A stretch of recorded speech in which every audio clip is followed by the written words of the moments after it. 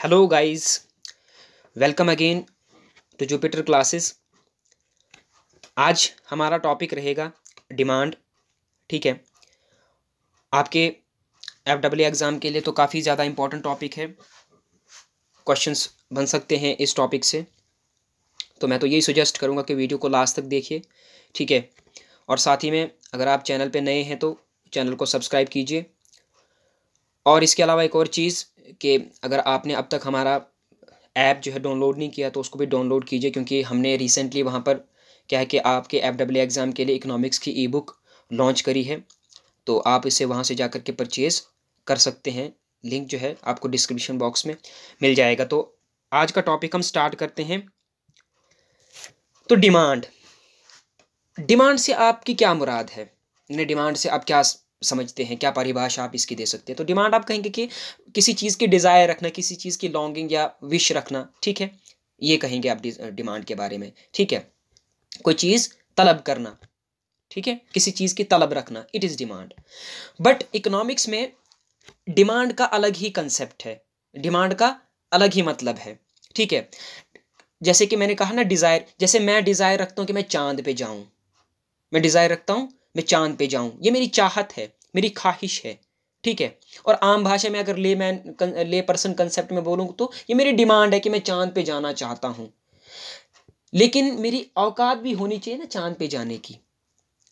ठीक है, तो उसी तरीके से इकोनॉमिक्स में क्या है, डिमांड, अगर आप कोई चीज़ की ख्वाहिश रखते हैं, डिज़ायर रखते हैं, वांट रखते हैं, लेकिन आप उस ख्वाहिश को पूरा करने की औकात नहीं रखते। ठीक है, सॉरी, आप उस ख्वाहिश को पूरा करने की औकात नहीं रखते, तो इकोनॉमिक्स में इसको डिमांड नहीं कहा जाएगा। जब तक आप अपनी ख्वाहिश को पूरा करने की ताकत या फिर औकात या फिर एबिलिटी नहीं रखते, तब तक इकोनॉमिक्स में उसको डिमांड नहीं माना जाएगा। ठीक है, तो इसीलिए इकोनॉमिक, जैसे एग्जांपल मैं देता हूँ, एक गरीब है भाई, एक बेगर है, एक पुअर आदमी, भीख मांगने वाला है। वो एक मारुति कार खरीदना चाहता है। ठीक है, वो एक मारुति कार खरीदना चाहता है, लेकिन वो खरीदना तो चाहता है, उसकी ख्वाहिश तो है कि वो एक मारुति कार खरीदे, बट उसके पास पैसे नहीं है, तो इकोनॉमिक्स में इसको डिमांड नहीं माना जाएगा। लेकिन अगर एक बंदा जो है वो ख्वाहिश रखता है एक मारुति कार खरीदने की, और एट द सेम टाइम उसके पास उस कार को खरीदने की एबिलिटी भी है, इन द सेंस कि उसके पास पैसे भी हैं उतने, तो ऐसे में हम ये मानते हैं कि हाँ, इट इज़ अ डिमांड। तो यही है। ठीक है, थोड़ा सा ओवरव्यू था इसके बारे में। अब हम आते हैं नीचे जो मेन कंसेप्ट हैं। तो अब आता है concept of demand and concept of quantity demanded. ठीक है, अभी डिमांड क्या होता है भाई।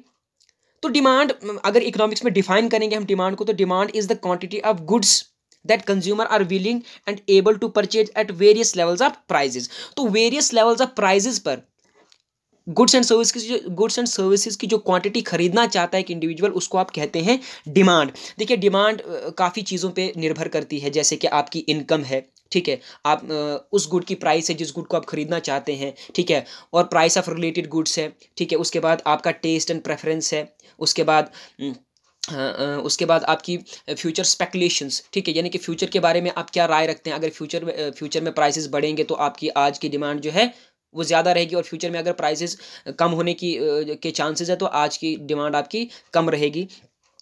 तो ये हैं कुछ फैक्टर्स जो डिमांड को अफेक्ट करते हैं। तो अब क्या बोला जाता है, ये जो डिमांड है, डिमांड जो है, डिमांड किसी चीज़ को खरीदने की जो डिमांड है, या फिर किसी चीज़ को अटेन करने की आपकी जो डिमांड है, वो इन तमाम चीज़ों पे डिपेंड करती है जो मैंने नाम लिया। यानी जो चीज़ आप खरीदना चाहते हैं उसकी प्राइस, उसके रिलेटेड गुड्स की प्राइस, ठीक है, आपकी इनकम, आपका टेस्ट एंड प्रेफरेंस, ठीक है, वगैरह वगैरह। ठीक है, तो अब क्या होता है कि अगर इनमें से आपका, यानी अगर आपका टेस्ट, प्रेफरेंस या आपकी इनकम, ठीक है, इनमें से, इन फैक्टर्स में से किसी में भी चेंज आ गया, तो आपकी जो डिमांड कर्व है वो राइटवर्ड शिफ्ट में आ जाएगी। यानी अब मान लीजिए कि आपकी इनकम बढ़ गई, यानी आप क्या कर पाएंगे, अब ज़्यादा गुड्स एंड सर्विसेज खरीद पाएंगे। तो जैसे देख लीजिए, ये डायग्राम है, ये एक्स एक्सिस रहा, ये वाई एक्सिस रहा। एक्स एक्सिस पे हमने शो किया है क्वांटिटी ऑफ गुड्स, ठीक है, और वाई एक्सिस पे हमने किया उसकी प्राइस शो। अब देखिए, आप ये देख पा रहे होंगे कि प्राइस क्या है, सेम है। प्राइस क्या है, सेम है, पी पर है। लेकिन क्या हो गया कि हम ये मान के चलते हैं कि किसी एक ऐसी चीज़ में चेंज आ गई, या तो इनकम में चेंज आ गई, आपके आपके टेस्ट एंड प्रेफरेंस में चेंज आ गई, ठीक है।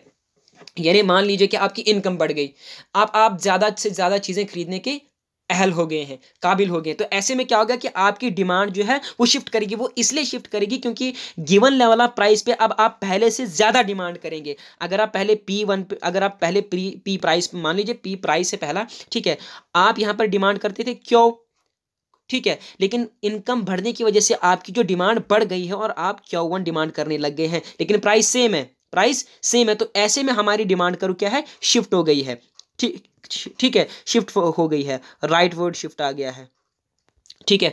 ये बात याद रखना कि जब हमारे पास जो फैक्टर्स हैं, जो फैक्टर्स हैं डिमांड के, प्राइस के अलावा जिस भी फैक्टर में चेंज आएगा, प्राइस के अलावा जिस भी फैक्टर में चेंज आएगी, चाहे आपकी इनकम है, आपका टेस्ट एंड प्रेफरेंस है, ठीक है, फ्यूचर स्पेकुलेशंस है, ठीक है, या फिर क्या कहते हैं, एक और चीज़ आती है प्राइस ऑफ रिलेटेड गुड्स, इनमें से किसी में भी चेंज आ गया तो आपकी डिमांड करो क्या है, या तो राइटवर्ड शिफ्ट करेगी या तो बैकवर्ड शिफ्ट करेगी, ठीक है।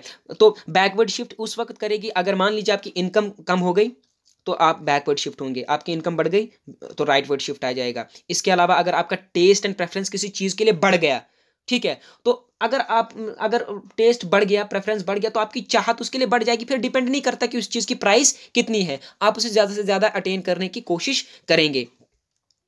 इस वजह से आपकी डिमांड जो है गिवन लेवल ऑफ प्राइस पे क्या हो जाएगी, बढ़ जाएगी। उसकी वजह से आपकी डिमांड करो क्या है, राइटवर्ड शिफ्ट करेगी, ठीक है। अब आता है क्वांटिटी डिमांडेड। क्वांटिटी डिमांडेड क्या है, quantity demanded is the total amount of good और the service that consumer purchases at particular level of price. अब देखना, मैं नीचे आता हूं डायग्राम पे, मैंने क्या बोला, क्वांटिटी डिमांडेड क्या है, क्वांटिटी डिमांडेड गुड्स, एक गुड की वो क्वांटिटी है जो आप एक पर्टिकुलर प्राइस पर खरीद रहे हैं। देखिए, आप देखिए P1 पे आप कितना खरीद रहे हैं, Q1। अगर प्राइस P है आप Q खरीद रहे हैं, प्राइस P2 है आप Q2 खरीद रहे हैं। यानी कि गिवन लेवल आप, अभी ऊपर हमने देखा ना, अभी जब हमने ऊपर देखा कि हमने ये देखा कि डिमांड क्या है, काफ़ी सारे फैक्टर्स पे डिपेंड करती है, ठीक है। तो अब ये हमने ये नहीं बताया कि पर्टिकुलर प्राइस लेवल पर कितनी डिमांड करेगा एक बंदा, ठीक है, सिर्फ उसने ये बताया कि हाँ डिमांड करेगा। लेकिन यहाँ पर पूरा बता रहा है कि हाँ P पर कितनी डिमांड करेगा, Q1 P2 पे कितनी डिमांड करेगा, इतनी क्वांटिटी कंज्यूम करेगा इस प्राइस लेवल पर।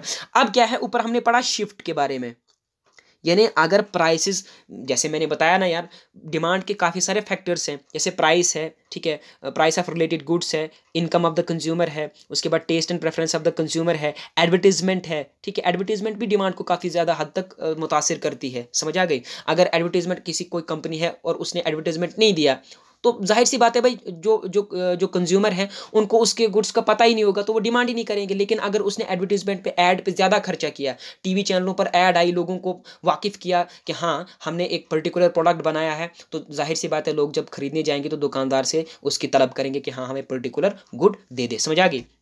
तो एडवर्टीजमेंट भी काफ़ी अहम रोल अदा करती है डिमांड की डिटर्मिनेशन में, ठीक है। तो अब क्या है, मैंने ऊपर बताया कि अगर प्राइस के अलावा, हाँ प्राइस के अलावा किसी भी, याद रखना, किसी भी फैक्टर में चेंज आ गया तो आपकी डिमांड करो क्या है, वो शिफ्ट करेगी, या तो राइटवर्ड शिफ्ट करेगी या तो बैकवर्ड शिफ्ट करेगी, अपवर्ड शिफ्ट या बैकवर्ड शिफ्ट, राइटवर्ड शिफ्ट या लेफ्टवर्ड शिफ्ट, ठीक है।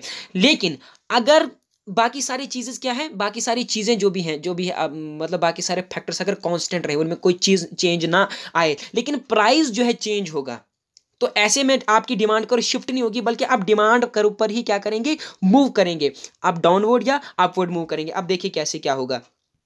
मान लीजिए आप P पर पहले हैं और यानी कि मान लीजिए कि एक गुड आप कंज्यूम करें और उसकी प्राइस क्या है, P है, और इस प्राइस लेवल पर आप Q क्वांटिटी कंज्यूम करें या फिर डिमांड कर रहे हैं। अब मान लीजिए कि प्राइस जो है बढ़ गई, तो जाहिर सी बात है जब प्राइस बढ़ जाती है किसी चीज़ की तो डिमांड कम होती है। तो प्राइस बढ़ने की वजह से आप देख पा रहे होंगे कि P1 पे जब प्राइस चले गया तो क्वांटिटी कहाँ पर आ गई, Q से Q1 की तरफ, यानी हम यहाँ से इधर की तरफ चले गए, यानी हम अपवर्ड मूवमेंट हो रही है। Contraction and expansion of demand बोला जाता है इसको, contraction and expansion of demand. तो जब डिमांड प्राइस बढ़ने की वजह से डिमांड कम हो जाती है तो उसको बोलते हैं कंट्रैक्शन ऑफ डिमांड, और जब प्राइस कम होने की वजह से डिमांड बढ़ती है उसको बोलते हैं एक्सपेंशन ऑफ डिमांड। तो देख लीजिए, अब मान लीजिए कि ये हो गया एक कंसेप्ट। अब मान लीजिए कि आप इस लेवल पर ही हैं और इतना डिमांड कर रहे हैं। अब क्या हो गया, मान लीजिए कि प्राइसेस जो है कम हो गए, तो जाहिर सी बात है प्राइस कम होगा तो डिमांड क्या है, बढ़ेगी, और आप Q1 से Q2 की तरफ आएंगे और ये होगी आपकी डाउनवर्ड मूवमेंट। तो ये था इसके बारे में थोड़ा सा concept, demand and quantity. Demand देखना, याद रखना, डिमांड एंड क्वांटिटी। डिमांड के बारे में पूछ सकते हैं कि डिमांड क्या है। Demand is the amount of the goods and the services, या quantity of the good and the services that a consumer is willing to purchase at various levels of prices, and quantity demanded is the quantity of the good of the service that a consumer is willing to purchase at a particular level of prices। तो फर्क सिर्फ इतना है, various levels of price and particular level of prices. ठीक है, अब आते हैं हम डिमांड शेड्यूल पे। तो क्योंकि डिमांड करू के बारे में काफ़ी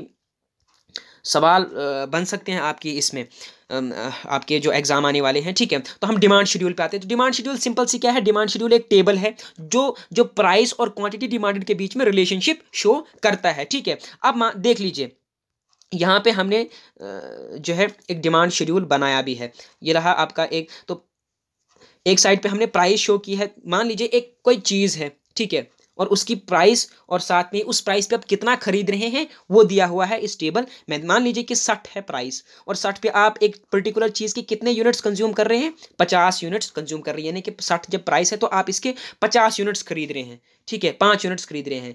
जब 50 है प्राइस, उसके 7 यूनिट्स खरीद रहे हैं। जब 40 है प्राइस, इसके 10 यूनिट्स खरीद रहे हैं आप। 30 है, 15 है, 20 है तो 20 है।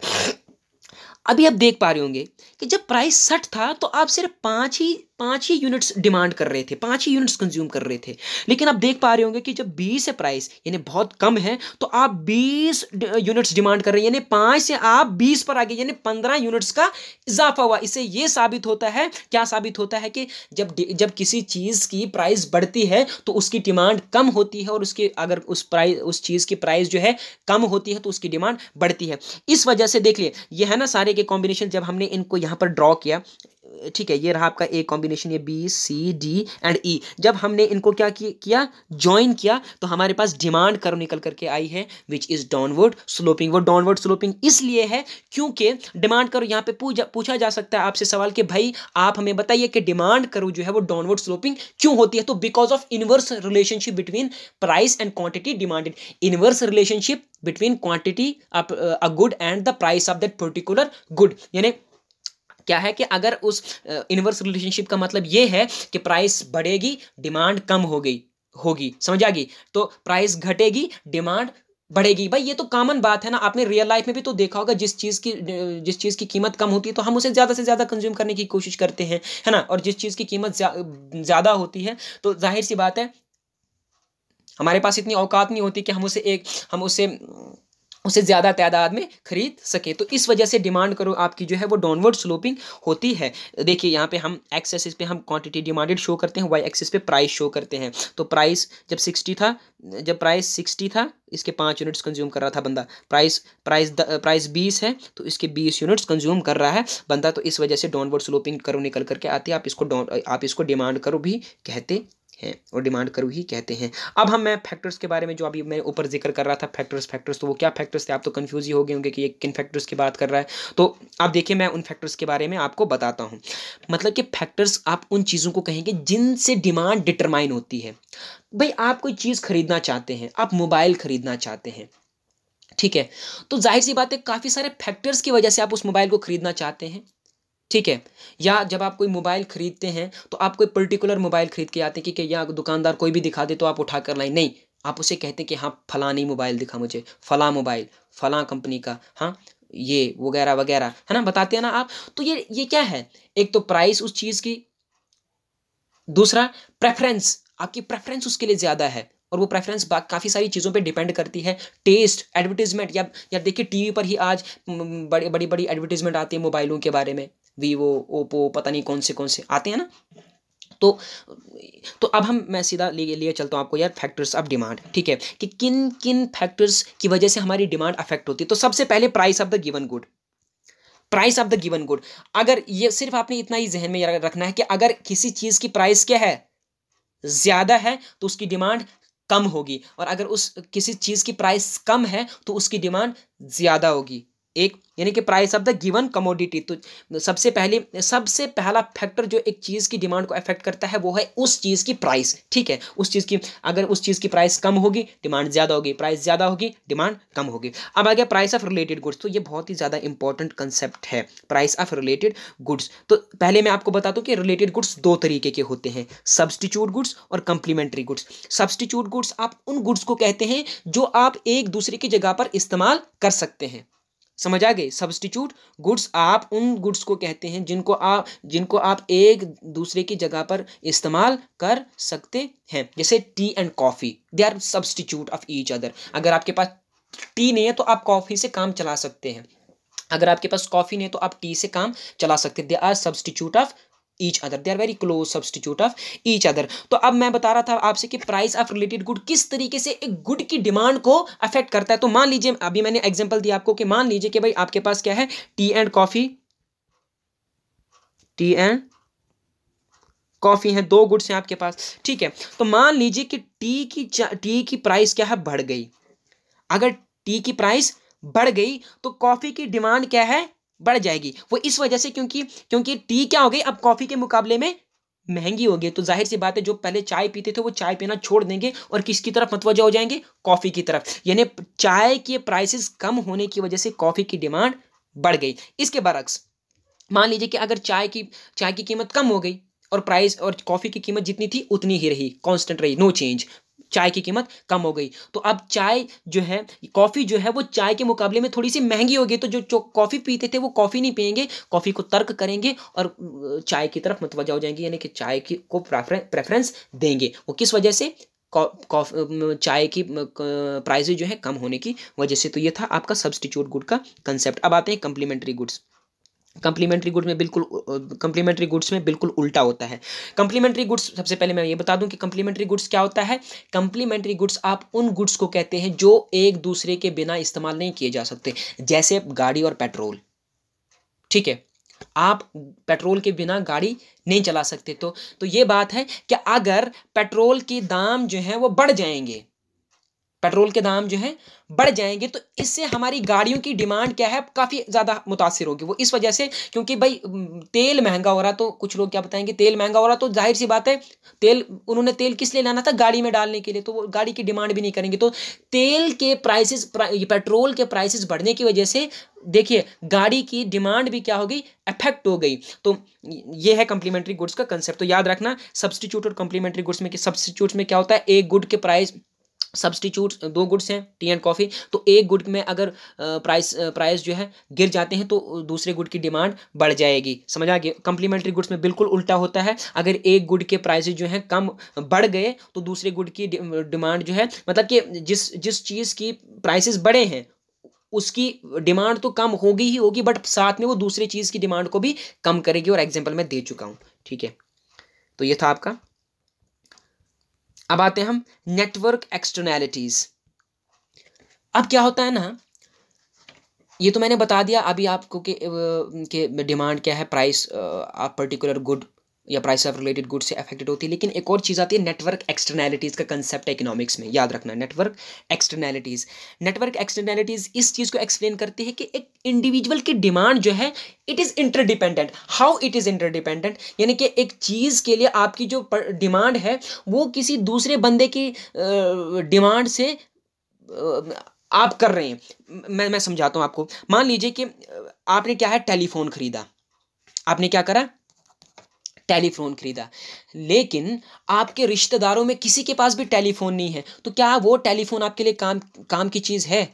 नहीं, क्योंकि भाई आप टेलीफोन इसलिए खरीदते हैं ताकि आप अपनी दूर दराज रिश्तेदारों से बात कर सकें। तो जाहिर सी बात है, अगर आपके रिश्तेदारों के पास भी टेलीफोन होता तो आप भी टेलीफोन लेते। क्यों? क्योंकि आप उनके साथ बात कर पाते, लेकिन उनके पास टेलीफोन ना होने की वजह से आप भी टेलीफोन नहीं ले रहे हैं, यानी कि डिमांड इंटरडिपेंड है ना। यानी कि अगर वो उन लोगों के पास नहीं है तो आपके पास भी नहीं होगी। तो ये है, मतलब कि ये नेटवर्क एक्सटर्नैलिटीज़ की एक एग्जांपल है, या फिर मैं समझाने की कोशिश कर रहा था। नेटवर्क एक्सटर्नैलिटीज़ दो किस्म के होते हैं, एक आता है बैंड वैगन इफेक्ट, दूसरा आता है स्नोब इफेक्ट। कि बैंड वैगन इफेक्ट में क्या होता है, बैंड वैगन इफेक्ट इसको हम कहते हैं पॉजिटिव नेटवर्क एक्सटर्नैलिटी। ठीक है, पॉजिटिव नेटवर्क एक्सटर्नैलिटी, इससे क्या कंसेप्ट है, ये बोलता है कि अगर कोई चीज़ मतलब कि बैंड वैगन इफेक्ट उस चीज़ की डिमांड के बारे में बात करता है जो क्या है, जो ऑलरेडी फैशन में है। याद रखना, जो ऑलरेडी फैशन में है, जैसे जीन्स, जिसको भी देखो वो जीन्स खरीदने जाता है, कपड़े की पैंट कोई लगाता ही नहीं आज लड़कों में। वो इस वजह से क्योंकि उस हो सकता है उसके दोस्तों के पास जीन्स की पैंट है, ठीक है, तो वो भी जीन्स की पैंट की डिमांड करेगा। तो इसको कहते हैं आप band wagon effect. Band wagon effect क्या एक्सप्लेन करता है? बैंड वैगन इफेक्ट इस चीज़ को एक्सप्लेन करता है कि एक पर्टिकुलर बंदे की डिमांड जो है एक पर्टिकुलर गुड के लिए, वो इस वजह से क्योंकि वो एक पर्टिकुलर गुड जो है डिमांड में है या फैशन में है या उसके दोस्तों के पास वो गुड है, वो चीज़ है, इस वजह से वो उस चीज़ को डिमांड कर रहा है। तो स्नोब इफेक्ट इसके बिल्कुल उल्ट में है, ठीक है, स्नोब इफेक्ट बिल्कुल इसके उल्ट में है। मैंने अभी तक क्या बोला आपको? बैंड वैगन इफेक्ट के बारे में बोला। बैंड वैगन इफेक्ट क्या बोलता है? ये पॉजिटिव एक्सटर्नैलिटी है, यानी कि एक बंदे के पास चीज़ है तो दूसरा बंदा भी उस चीज़ की डिमांड करेगा क्योंकि उसके पास है, ठीक है। तो बैंड स्नोब इफेक्ट बिल्कुल उल्टा है। स्नोब इफेक्ट ये कहता है कि अगर कोई चीज़ जो है ज़्यादा डिमांड में है तो मतलब कि अगर वो ज़्यादा फैशन में आ गया, ज़्यादा लोगों के पास, ज़्यादा लोग उसको पोजेस कर रहे हैं, तो उसकी डिमांड कम हो जाएगी कुछ लोगों की। जैसे कि आपके पास आ गया कोई, या हाँ, एग्जाम्पल लेते हैं हम, किसके एग्जाम्पल लें हम? हीरे के एग्जाम्पल लेते हैं। हीरा, अगर सबके पास हीरा, क्योंकि हीरे की वैल्यू हम किसे नापते हैं? इसकी प्राइसेस काफ़ी ज़्यादा हैं, तो अगर ये सबके पास आने लग जाएगा तो उसकी वैल्यू कम, उसकी वैल्यू ख़त्म ना। या हीरा ले लीजिए, ये तो बहुत ही ऊपर वाली एग्जाम्पल दे दी मैंने। आईफोन की एग्जाम्पल देता हूँ मैं। हम लोग अफोर्ड नहीं कर पा रहे हैं आईफोन, पैसे नहीं हमारे पास, ठीक है। लेकिन अगर आईफोन क्या हो गया, इसकी प्राइसेस कम हो गई तो ये क्या हो जाएगा, सबके पास आ जाएगा, तो इसकी जो इंटेंसिटी है, इसकी जो मार्जिनल सिग्निफिकेंस है वो खत्म हो जाएगी। और जो हायर स्टाटा वाले लोग हैं सोसाइटी के, जो अपर मतलब कि स्टाटा वाले लोग हैं, तो वो बोलेंगे यार अब तो मज़ा ही नहीं आ गया, तो सबके पास आ गया, हम अब कोई ऐसी चीज़ लाएंगे जो दूसरों के पास नहीं। कुछ लोग ऐसे होते हैं जो ऐसी चीज़ रखना चाहते हैं, यानी कि ऐसी चीज़ रखने के शौकीन होते हैं कि जो दूसरों के पास ना हो। इसको कहते हैं आप स्नोब इफेक्ट, ठीक है, ये था। अब आते हैं हम इनकम ऑफ कंज्यूमर। तो इनकम ऑफ कंज्यूमर भी वही है, किस तरीके से इनकम ऑफ एक पर्टिकुलर बंदे की इनकम जो है उस पर्टिकुलर चीज़ के लिए उसकी डिमांड कैसे इफेक्ट करती है। अगर एक बंदे की इनकम ज़्यादा है तो वो ज़्यादा डिमांड करेगा, इनकम कम है तो कम डिमांड करेगा, बस ये याद रखना आप, ठीक है। टेस्ट एंड प्रेफरेंसेस में भी वही बात है। आपका किसी चीज़ के लिए अगर टेस्ट ज़्यादा है, अगर मान लीजिए कॉफ़ी एंड चाय है और आपका प्रेफरेंस जो है या टेस्ट जो है चाय के लिए ज़्यादा है, तो आप चाय ज़्यादा डिमांड करेंगे, कॉफ़ी कम डिमांड करेंगे। उसकी वजह से प्रेफरेंस काफ़ी चीज़ों से, मतलब प्रेफरेंस काफ़ी चीज़ों पे डिपेंड करता है, फैशन की वजह से, कस्टम की वजह से, आदत की वजह से। जैसे कुछ बंदे होते हैं वो कपड़े की पैंट लगाते हैं, तो जाहिर सी बात है जब वो पैंट खरीदने जाएंगे तो उनकी प्रेफरेंस कपड़े की पैंट के लिए ही रहेगी। या फिर फैशन में अगर कोई चीज़ है या कस्टम है, जैसे कि कस्टम में जैसे हमारे जे.एंड.के में औरतें हैं ज़्यादातर क्या सलवार कमीज़ ही पहनती, कस्टम है, ठीक है। तो जब वो दुकान पे जाती हैं तो वो पैंट शर्ट नहीं डिमांड करती अपने लिए, वो क्या डिमांड करती हैं? कोई कपड़ा डिमांड करेंगे जिससे वो सलवार कमीज़ या सलवार कुर्ता सी सकें। ये है प्रेफरेंस की बात, ठीक है। तो अगर किसी पर्टिकुलर चीज़ के लिए आपका टेस्ट और प्रेफरेंस ज़्यादा है, आप उसे ज़्यादा डिमांड करेंगे, कम है तो कम डिमांड करेंगे, ठीक है। Expectations of change in the price in the future. अब ये भी एक काफ़ी इंपॉर्टेंट फैक्टर है, प्राइस जो चीज़ों की डिमांड को अफेक्ट करता है। ये क्या बोलता है कि अगर मान लीजिए कि एक बंदा है, एक कंज्यूमर है, और उसको लग रहा है कि आने वाले समय में क्या होने वाला है, चीज़ों की प्राइसेस जो है बढ़ने वाली हैं, तो वो क्या करेगा, वो आज ही उन चीज़ों को खरीद के रखना चाहेगा, स्टॉक में रखना चाहेगा, ताकि जब कल उनकी प्राइसेस बढ़े तो उसको खरीदने की ज़रूरत ना पड़े। तो इसकी वजह से मतलब कि अगर नियर फ्यूचर में, यानी कि आने वाले कल में किसी चीज़ की प्राइस जो बढ़ने वाली है, ठीक है, और इसका अंदेशा जो है कंज्यूमर ने लगा लिया, तो प्रेजेंट में इसकी डिमांड बढ़ जाएगी। लेकिन इसके उल्ट अगर कंज्यूमर को ये शक हो रहा है कि यार आने वाले कल में इस चीज़ की प्राइस जो है वो कम होने वाली है, तो वो क्या करेगा वो आज में, यानी कल में, अगर कल उस चीज़ की प्राइस गिरने वाली है तो आज उसकी, जाहिर सी बात है आज उसकी प्राइस ज़्यादा, तो वो क्या करेगा, यार छोड़ो आज नहीं खरीदता हूँ, कल इसकी कीमत गिरने वाली तो कल ही खरीद लेता हूँ। तो एक्सपेक्टेशन इस तरीके से जो है एक पर्टिकुलर गुड की जो है डिमांड को अफेक्ट करता है। तो भाई ये था आप हमारा आज का टॉपिक। आज हमने डिमांड के बारे में थोड़ा सा डिस्कस किया, क्वांटिटी डिमांडेड, ठीक है। उसके बाद हमने वेरियस फैक्टर्स के बारे में डिस्कस किया कि किस तरीके से वेरियस फैक्टर्स एक कमोडिटी की डिमांड को अफेक्ट करते हैं। तो भाई टॉपिक था ये हमारा आज का। कल हम नेक्स्ट पढ़ेंगे लॉ ऑफ डिमांड वगैरह, ठीक है, उसके एक्सपेक्टेशंस एक्सेप्शंस वगैरह। तो अगर आपको टॉपिक पसंद आया तो भाई लाइक कीजिए, शेयर कीजिए और साथ ही में कमेंट बॉक्स में बता दीजिए कि अगर कोई इम्प्रूवमेंट की ज़रूरत है तो हम उस पर अमल करेंगे। Thank you.